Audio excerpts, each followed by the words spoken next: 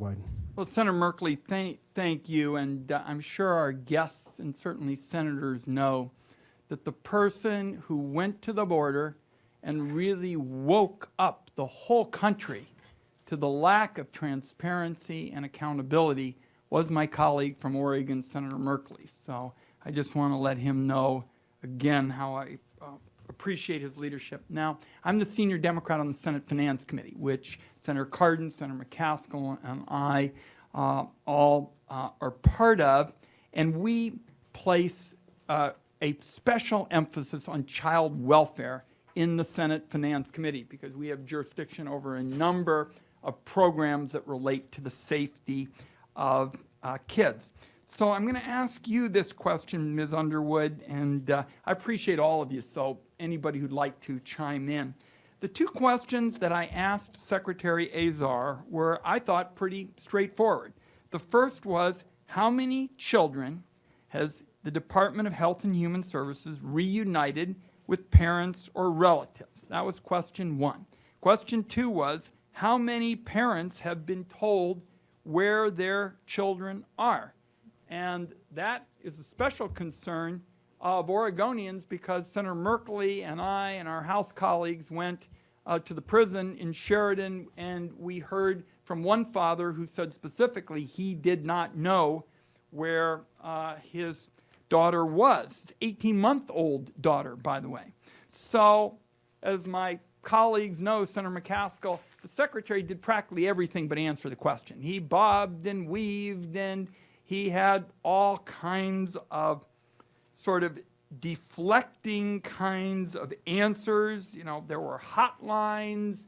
I thought he was going to then say cold lines. He just kept talking about portals, and I kept trying to picture the individuals Senator Merkley and I had seen, the detainees at Sheridan, and I just felt that the Secretary's responses were disconnected from reality. And parents are clearly having problems getting access to the hotline. At one point, Ms. Underwood, we were told that the detainees were given phone numbers for their lawyers, but they were in the clothes that they had brought to the prison, and then the phone numbers weren't given to them when they gave those clothes up for the detainee uniforms. And Mr. Azar also gave me different answers as to how many children are in the agency's custody. According to the number he gave me in yesterday's hearing, it was 2,047. So as of last night, at the rate the agency's going based on our estimates, these kids wouldn't be reunited with their families until 2025. So that is obviously a shocking assessment based on what happened yesterday morning.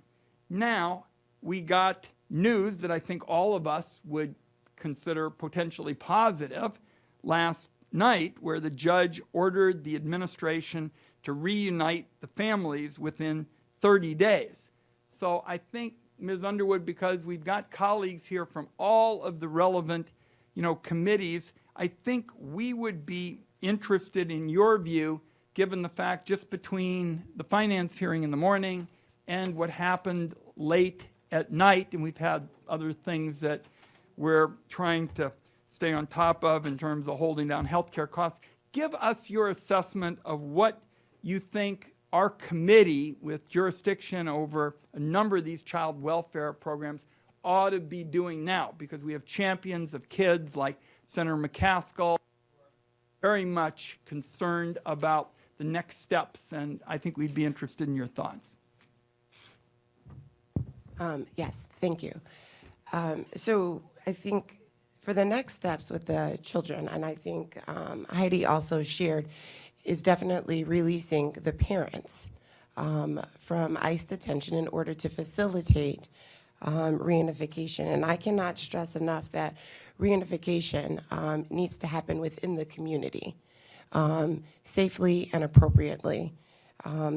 And I think that that's the larger concern here, and the one question that many of us are asking of how will the children be reunified? And so the Office of Refugee Resettlement has a process, a family reunification process, when a sponsor is identified. But again, as Heidi also stated, and others, the identification of the sponsor who they were traveling with is currently detained. So the next steps here are in order to reunify individuals in the community, reunify kids with their parents in the community would be expeditiously releasing their parents from detention to facilitate the reunification. You are being way too logical for what Senator McCaskill and I heard yesterday in the Finance Committee, and I had a sense you might have some practical recommendations like that. How do we somehow square your practical recommendations with that 30-day timetable? Because, and perhaps your colleague would like to get into this, there's a far cry from the 30 days and what we thought when we left yesterday's hearing room, that, you know, changing the number by 6, which is what we thought, you know, in a week, took us to 2025. So tell us how we use those good recommendations in the kind of 30-day context. Well, as a physician, I just wanted to add, in terms of the 30-day context, what the science shows us is that every day that a child is separated from their caregiver puts their health at risk. And I believe that the judge's injunction that asks for reunification rightly recognizes the science that the cumulative adversity and every day that these kids are away from their parents, we as Americans are putting those children at risk, and we have to live with that. Senator, I think my time is really about up, but I want to give other panel members a chance to comment.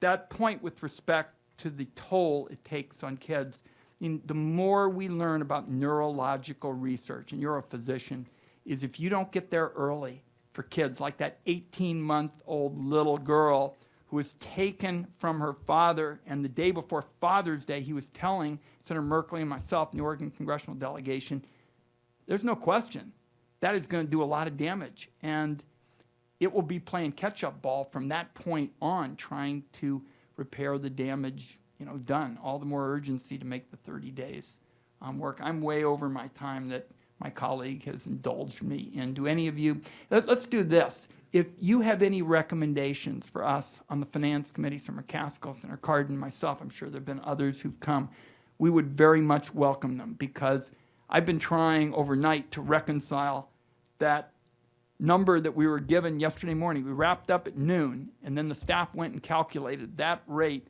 Kids would be reunified with families in somewhere like 2025. That changed in the evening, but I don't know how they actually carry out that 30 days, especially if they continue to use these fantasy land assessments of what they're doing. So, Senator Merkley, again, thank you for being our leader on this.